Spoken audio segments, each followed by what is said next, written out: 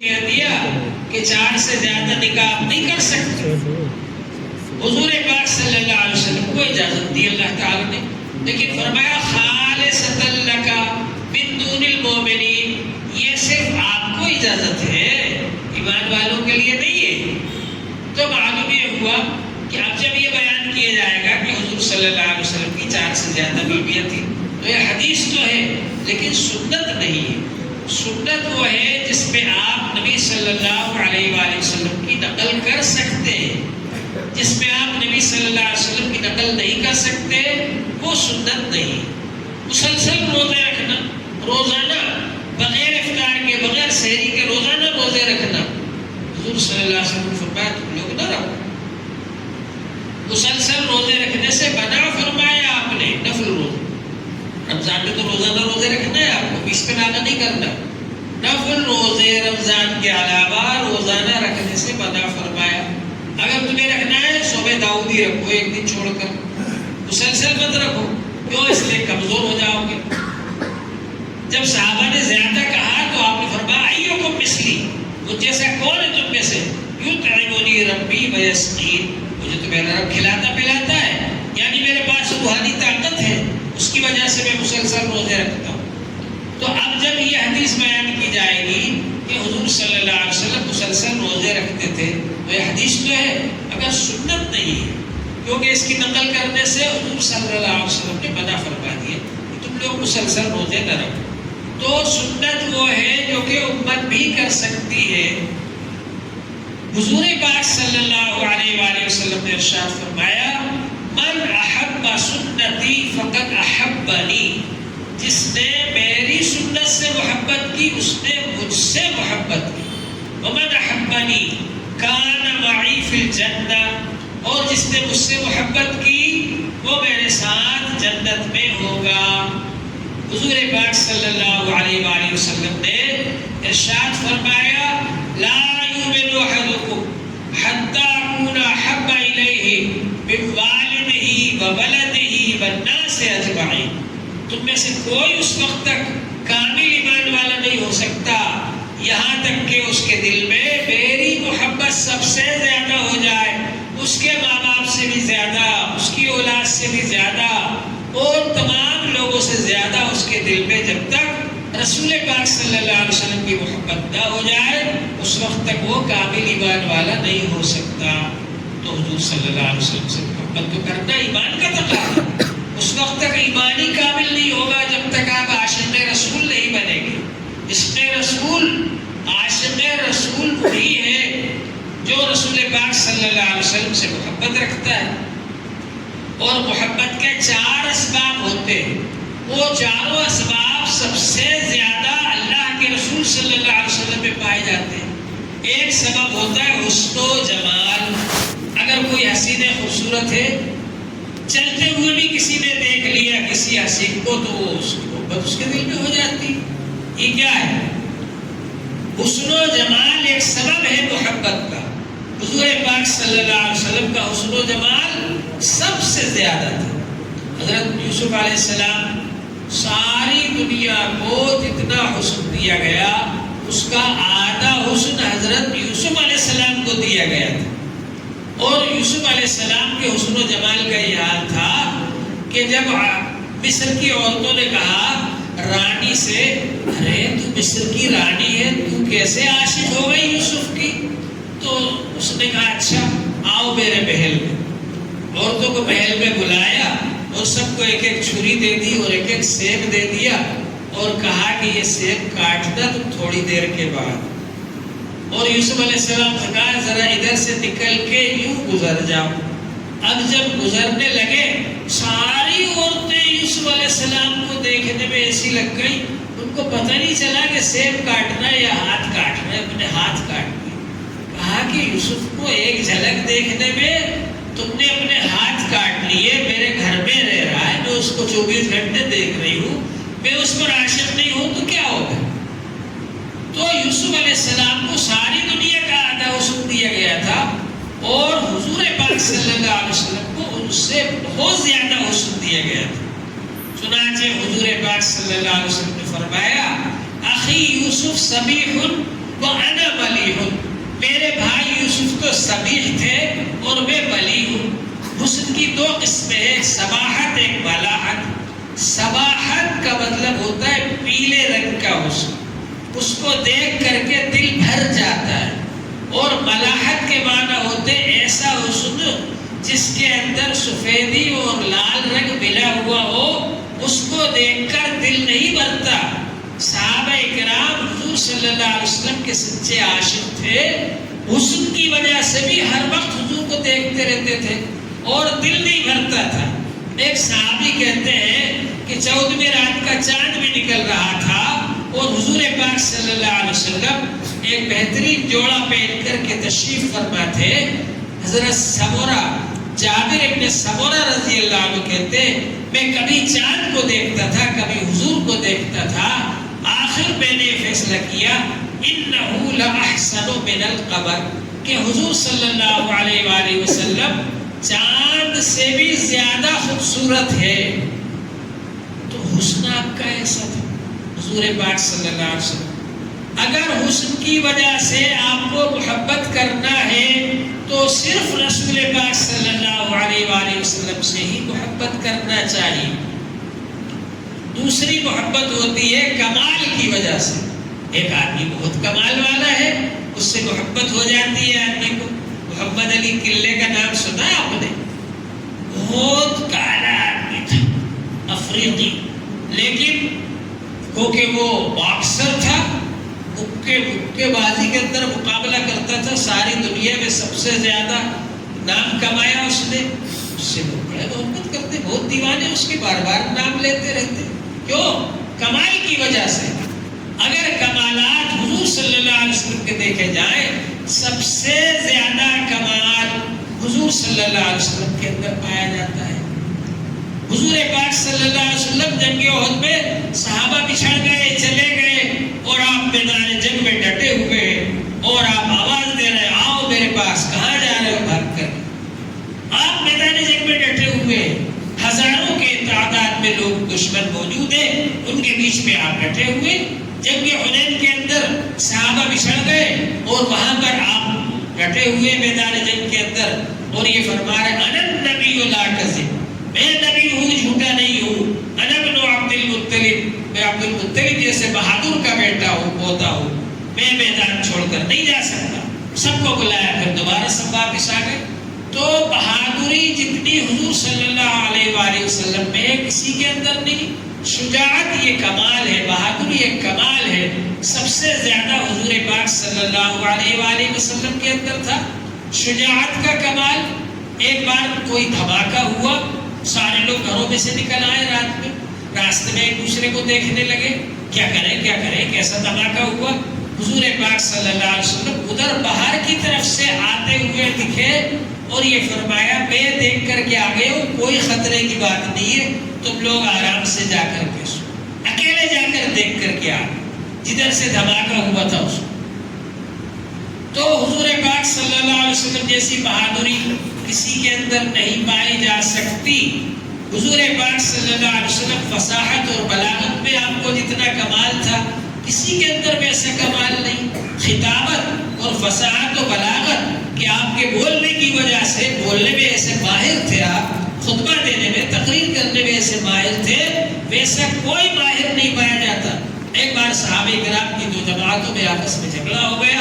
حضور پاک صلی اللہ علیہ وسلم تشریف لے گئے اور آپ نے جا کر ان کے سامنے ایسی تقریر فرمائی کہ جو لوگ ایک دوسرے کے فان کے پیاسے ہو رہے تھے، ایک دوسرے کو مارنے کے لیے اور جنگ کرنے کے لیے تیار تھے، سب آپس میں رونے لگے اور گلے ملنے لگے. تو فصاحت حضور صلی اللہ علیہ وسلم کی اور بلاغت اور خطابت ایسی بہترین تھی. اس کا بھی کمال تھا آپ کے اندر. ایک بار بادل آیا، آپ نے اس کے بارے میں کئی انداز میں، کئی طریقے سے آپ نے اس کو بادل کے بارے میں بیان فرمایا، یہ ایسے آیا، ایسے آیا، ایسے آیا، عربی کے الفاظ ہیں وہ. تو صحابہ کرام کو بڑا تعجب ہوا، اللہ کے رسول آپ اتنے زیادہ فصیح و بلیغ ہیں، ایک ہی بات کو اتنے مختلف پیرائے میں، مختلف انداز میں، مختلف طریقوں سے آپ کہہ سکتے ہیں، کہہ رہے ہیں. تو حضور پاک صلی اللہ علیہ وسلم نے فرمایا فصیح و بلیغ ہونا میرا حق ہے، اس لیے کہ اللہ جل شانہ نے اپنا کلام پاک نہایت فصیح و بلیغ ہے، میرے اوپر نازل فرمایا۔ تو بہرحال ہر چیز میں حضور پاک صلی اللہ علیہ وسلم کو کمال تھا۔ تو کمال کی وجہ سے اگر کسی کو کسی سے محبت ہوتی ہے تو صرف حضور پاک صلی اللہ علیہ وآلہ وسلم سے ہی ہونا چاہیے۔ تیسری چیز ہے نبال۔ نبال کے معنی داد و دہش، سخاوت۔ حضور صلی اللہ علیہ وسلم کی سخاوت بہت زیادہ تھی۔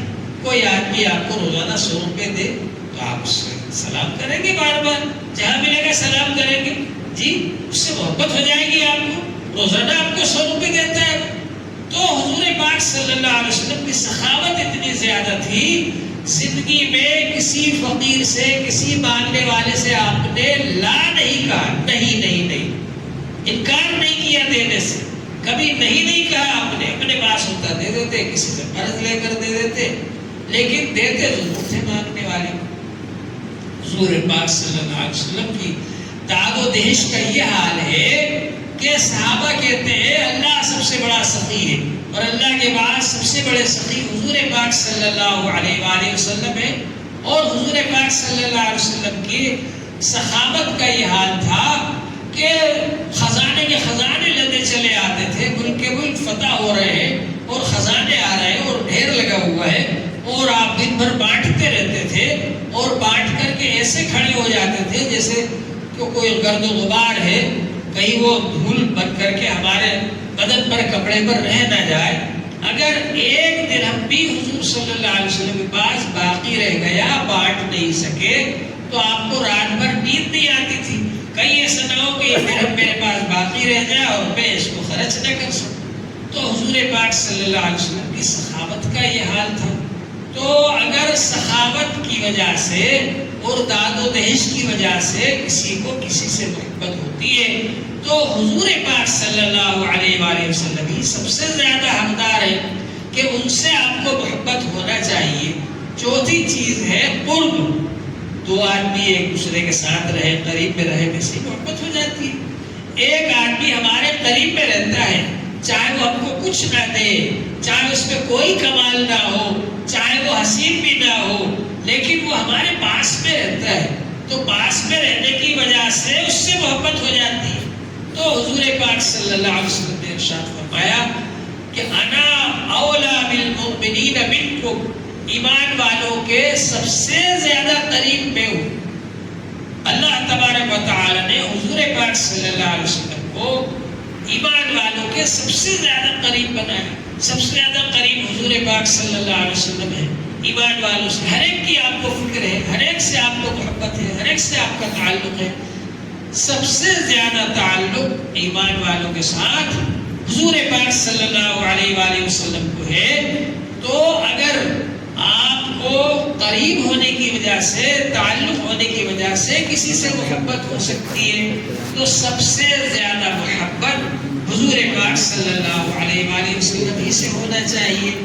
تو بھائی عاشق رسول ہونا تو ایمان کا تقاضا ہے، لیکن محبت جو ہوتی ہے، محبت کا طریقہ الگ الگ ہے۔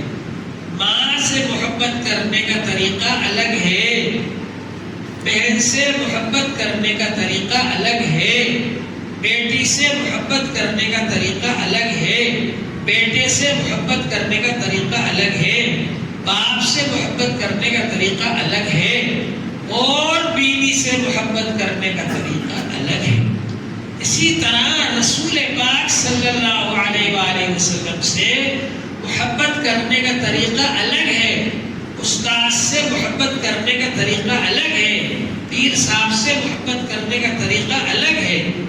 حضور پاک صلی اللہ علیہ وآلہ وسلم سے محبت کرنے کا کیا طریقہ ہے؟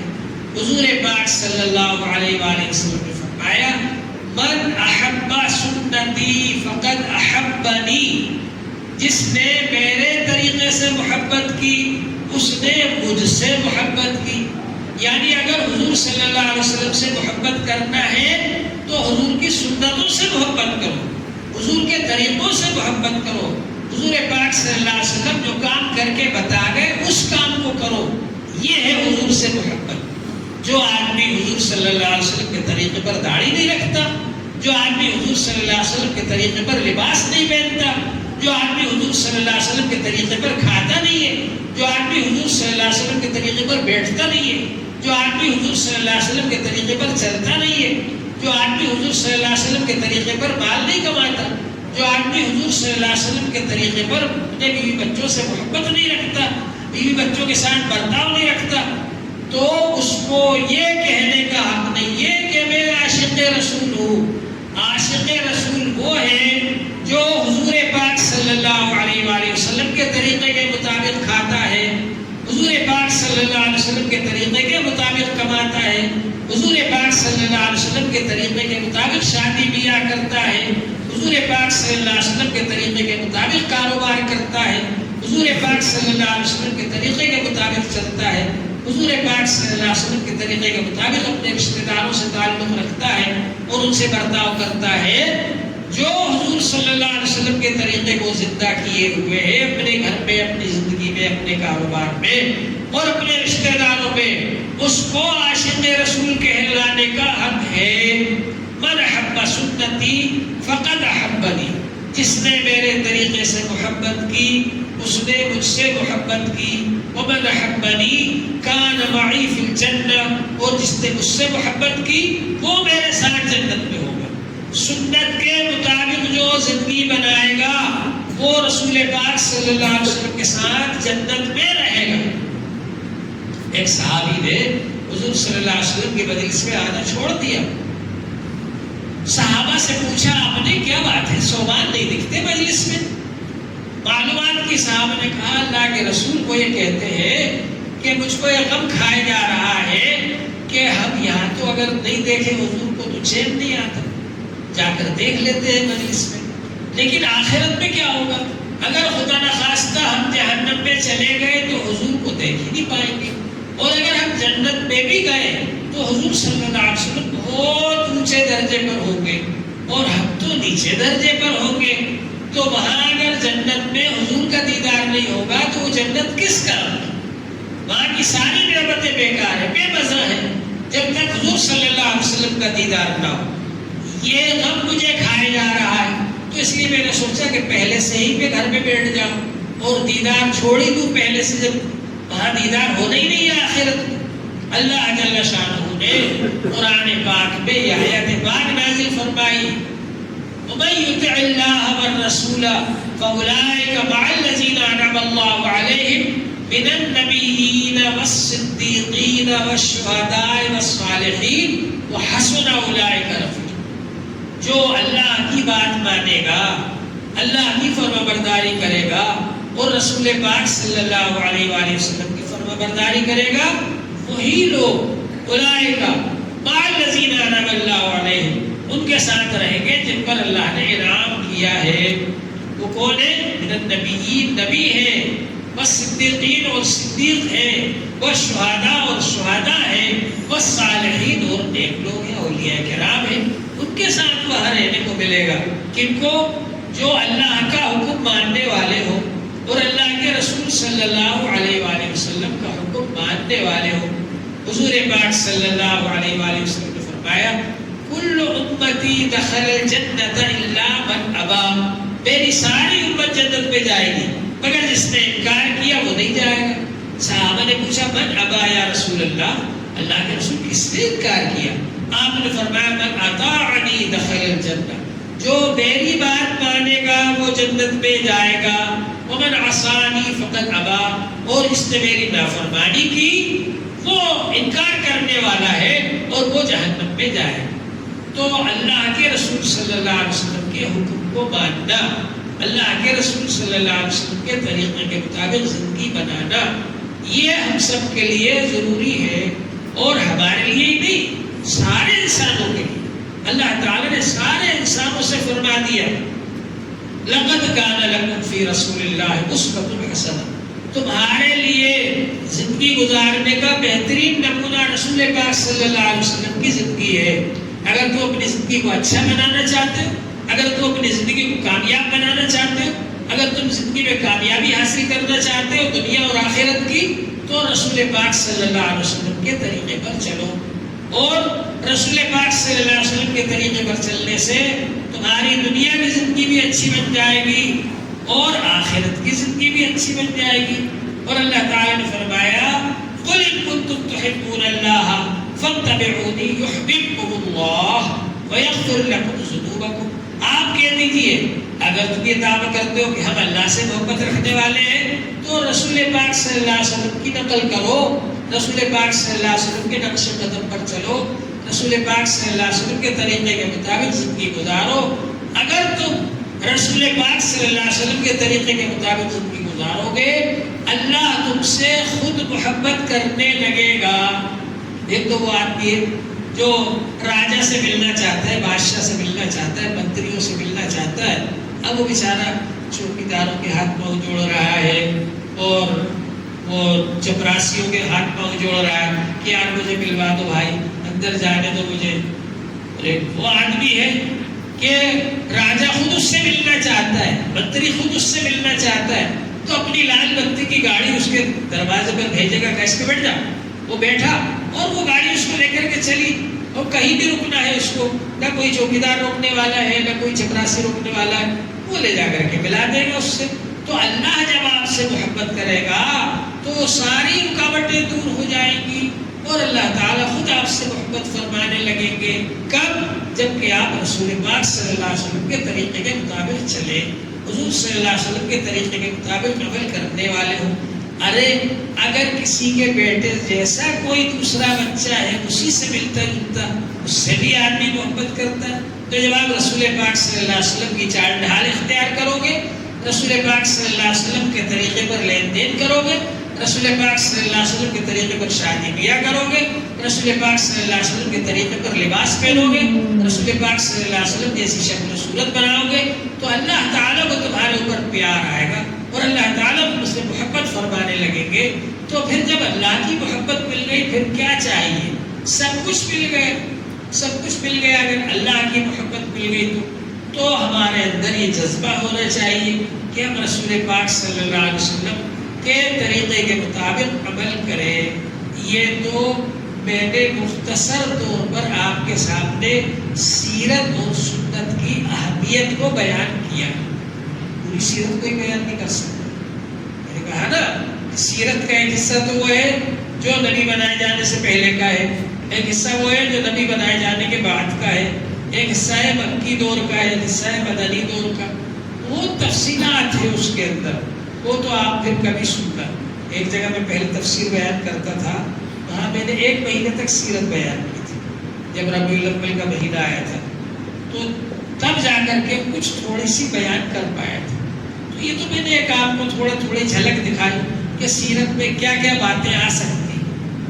تو بہرحال حضور پاک صلی اللہ علیہ وسلم کے بارے میں ایک بات وہ ہے جو کہ ابھی اعلان ہوا تھا کہ لوگوں نے حضور صلی اللہ علیہ وسلم کے نام سے بدعتیں جاری کر دی۔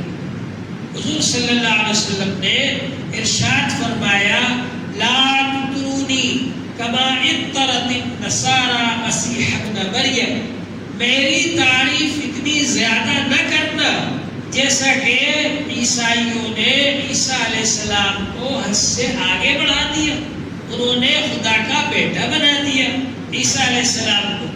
حضور پاک صلی اللہ علیہ وسلم نے فرمایا میری تعریف اتنی زیادہ حد سے آگے بڑھا کر نہ کرنا۔ اس لیے ہم لوگ علماء دیوبند رسول پاک صلی اللہ علیہ وسلم کو یہ نہیں کہتے کہ آپ بشر نہیں تھے، قرآن پاک میں جگہ جگہ ہے آپ بشر تھے، اور بشر ہونا آپ کی شان میں کوئی گستاخی نہیں ہے، بلکہ بشر کے لیے یہ ناز کی بات ہے کہ حضور صلی اللہ علیہ وسلم بشر ہونے کے باوجود تمام نبیوں کے سردار ہیں، سب سے زیادہ افضل۔ علماء دیوبند حضور صلی اللہ علیہ وسلم کو عالم الغیب نہیں مانتے کہ آپ کو عالم الغیب مانا جائے۔ اللہ تعالیٰ عالم الغیب ہے، اللہ کے علاوہ کوئی عالم الغیب نہیں ہے۔ اللہ تعالیٰ نے فرمایا وَكَذَلِكَ مِنْ أَنْبَاءِ الْغَيْبِ نُوحِيهَا إِلَيْكَ، یہ غیب کی خبریں ہم بتا رہے ہیں، آپ کو نہیں معلوم تھی، ہم نے بتایا۔ اس سے معلوم ہوا اللہ نے جتنی غیب کی بات بتا دی وہ حضور صلی اللہ علیہ وسلم کو معلوم ہے، جو نہیں بتائی وہ معلوم نہیں ہے۔ تو آپ غیب کی بات نہیں جانتے، اس سے آپ کی شان میں کوئی گستاخی نہیں ہے۔ بلکہ آپ کو اللہ نے غیب کی جو باتیں بتائی اس سے آپ کی شان بڑھتی ہے اور آپ دوسروں کو بتا دیتے ہیں۔ اسی طرح سے حضور صلی اللہ علیہ وسلم کے بارے میں کئی باتیں ایسی ہیں جو کہ لوگوں نے حد سے زیادہ تعریف کر کے آپ کو بجائے اس کے کہ آپ سارے انسانوں کو اللہ کا بندہ بنانے کے لیے تشریف لائے تھے، اور آپ خود بھی اپنے آپ کو اللہ کا بندہ کہتے تھے، آپ کو خدائی کے درجے میں داخل کر دیا اور آپ کو خدائی سے ملا دیا۔ یہ بات آپ کے لیے مناسب نہیں ہے، اس لیے ایسا نہیں کہنا چاہیے۔ اسی طرح یہ جو مسئلہ ہے عید میلاد النبی کا، حضرت عمر رضی اللہ عنہ سے ایک یہودی نے کہا تمہارے یہاں ایک آیت ایسی نازل ہوئی ہے، اگر وہ ہمارے نازل ہو جاتی ہم اس دن کو عید کا دن بنا لیتے۔ تو حضرت عمر نے پوچھا کون سی آیت ہے؟ کہا کہ الیوم اکملت لکم دینکم واتممت علیکم نعمتی ورضیت لکم الاسلام دینا۔ یہ آیت جس میں اللہ نے اعلان فرمایا آج ہم نے دین کو کامل مکمل کر دیا تمہارے لیے، یہ آیت جو ہے جس دن ہمارے یہاں نازل ہوتی ہے ہم اس کو عید کا دن بنا لیتے ہیں۔ تو حضرت عمر رضی اللہ عنہ نے فرمایا یہودی مجھے معلوم ہے یہ آیت جس دن نازل ہوئی اس دن عید کا ہی دن تھا، عید الاضحیٰ کے موقع پر نازل ہوئی، حج کے موقع پر نازل ہوئی، جبکہ سارے حاجی لوگ حجۃ الوداع میں جمع تھے، حضور پاک صلی اللہ علیہ وسلم کے ساتھ وہاں پر نازل ہوئی، تو یہ عید کے موقع پر ہی نازل ہوئی، اس لیے ہم کو علیحدہ سے کوئی عید منانے کی ضرورت نہیں ہے۔ اسلام کا اصول یہ ہے کہ رسول پاک صلی اللہ علیہ وسلم نے ہم کو جو 2 عیدیں دی ہے اس کے علاوہ اپنی طرف سے ہم کوئی تیسری عید نہیں منا سکتے۔ حضور پاک صلی اللہ علیہ وسلم جب مدینہ تشریف لائے تو آپ نے دیکھا کہ 2 تہوار مناتے ہیں مدینے والے، 2 دن خوشی مناتے، تو آپ نے ان سے پوچھا ما ہذان الیومان، یہ کیسے 2 دن ہیں؟ تو انہوں نے کہا کنا نلعب فیہما فی الجاہلیہ، جاہلیت کے زمانے میں بھی ہم تہوار مناتے تھے، 2 دنوں کے اندر خوشی مناتے تھے۔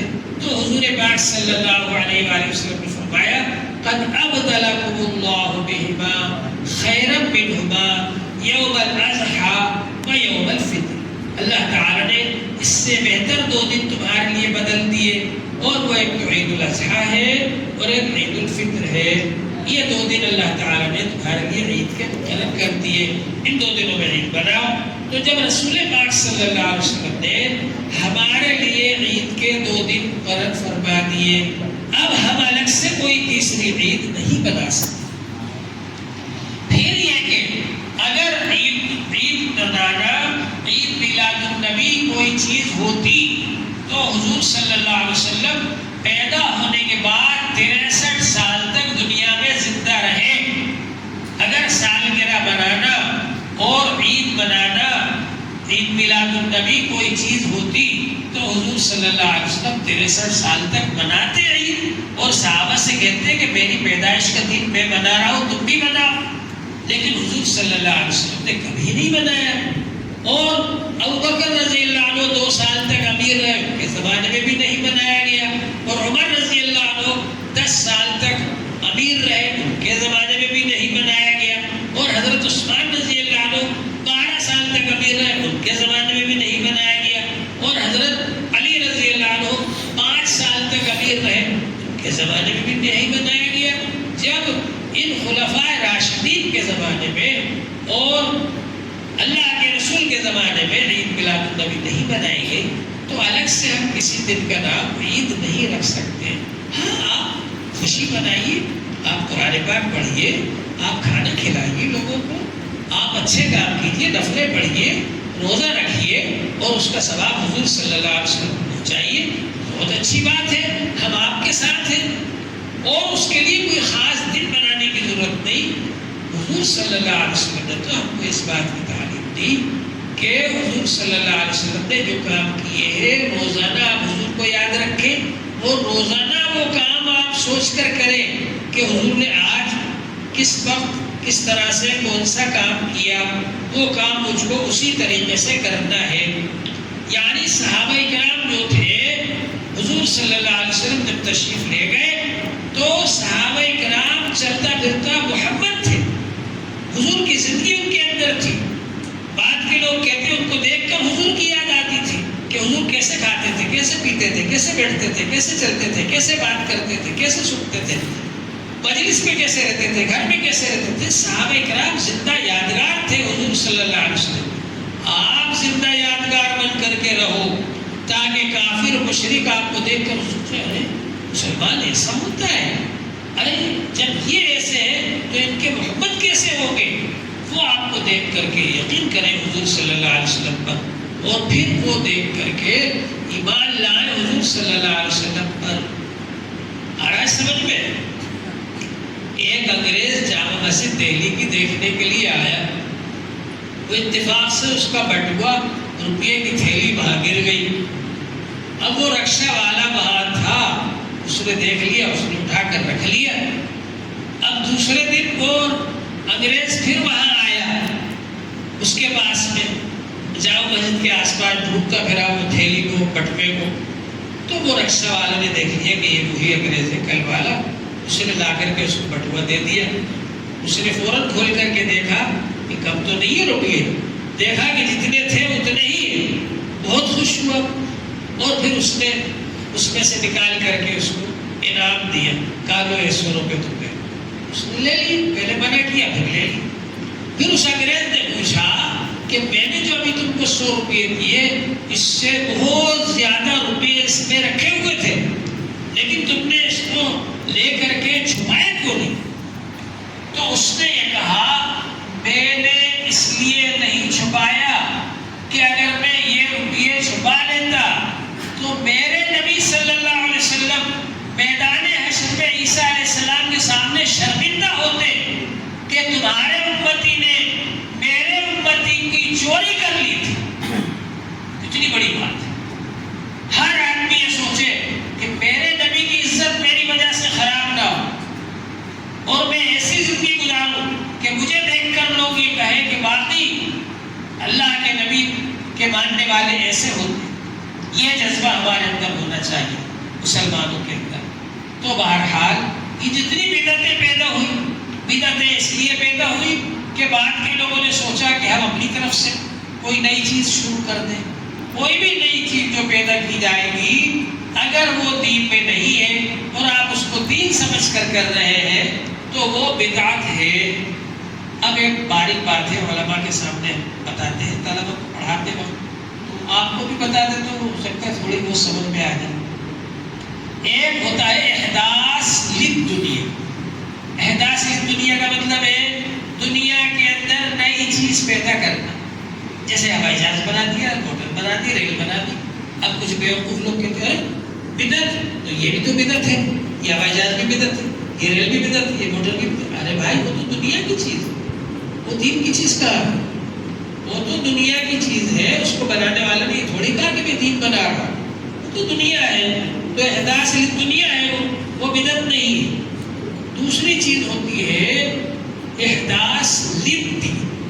للدین کا مطلب یہ ہوتا ہے دین کے فائدے کے لیے، یعنی اس چیز کی اصل تو پائی جاتی ہے حضور صلی اللہ علیہ وسلم کے زمانے میں، بعد میں اسی اصل پر بنیاد رکھ کر ترقی کرتی اس کی. آپ حضور صلی اللہ علیہ وسلم کے زمانے میں مسجد تھی، چھپر تھا، ریت تھی نیچے اور ایسی دیواریں تھی کچی، ٹٹیاں لگی ہوئی تھی اس کی، کھجوروں وغیرہ کی، ایسی مسجد تھی. اب آپ نے اس کو پکا بنا لیا، اوپر پکی چھت بنا دی، ڈبل منزل کر دی، محراب بہت خوبصورت بنا لی. یہ بدعت نہیں ہے کیونکہ اس کی اصل موجود ہے. وہ کیا ہے؟ مسجد نبوی حضور صلی اللہ علیہ وسلم کی مسجد تھی، بنی ہوئی تھی، وہاں نماز پڑھتے تھے چاہے وہ جیسی بھی تھی. اب اس میں اور جتنی ترقی آپ کریں گے تو یہ احداث للدین ہے، فی الدین نہیں ہے. لہٰذا یہ بدعت نہیں ہے. جس کی اصل بنیاد حضور کے زمانے میں پائی جاتی ہے اس میں اگر ترقی کی جائے، اس کو آگے بڑھایا جائے، یہ احداث للدین ہے، فی الدین نہیں ہے. حضور صلی اللہ علیہ وسلم کے زمانے میں مسجد نبوی کے پاس ایک چبوترا تھا، اس پر صحابہ کرام بیٹھے رہتے تھے. ان کو حضور صلی اللہ علیہ وسلم دین کی تعلیم دیتے تھے، پڑھاتے تھے. وہ اصحاب صفہ تھے. کہیں سے کوئی کھانا وانا آ گیا کھا لیا، ورنہ حضور صلی اللہ علیہ وسلم کے پاس بیٹھے ہوئے اور اسی انتظار میں کون سی آیت نازل ہوتی ہے، حضور کون سی حدیث بیان فرماتے تاکہ ہم یاد کر لیں. تو اب جو مدرسے بن گئے مدرسے والوں نے اس میں مطبخ بھی بنا لیا اور کلاس روم بھی بنا دیے اور کورس بھی بنا دیا اور استاد بھی مقرر کر دیے.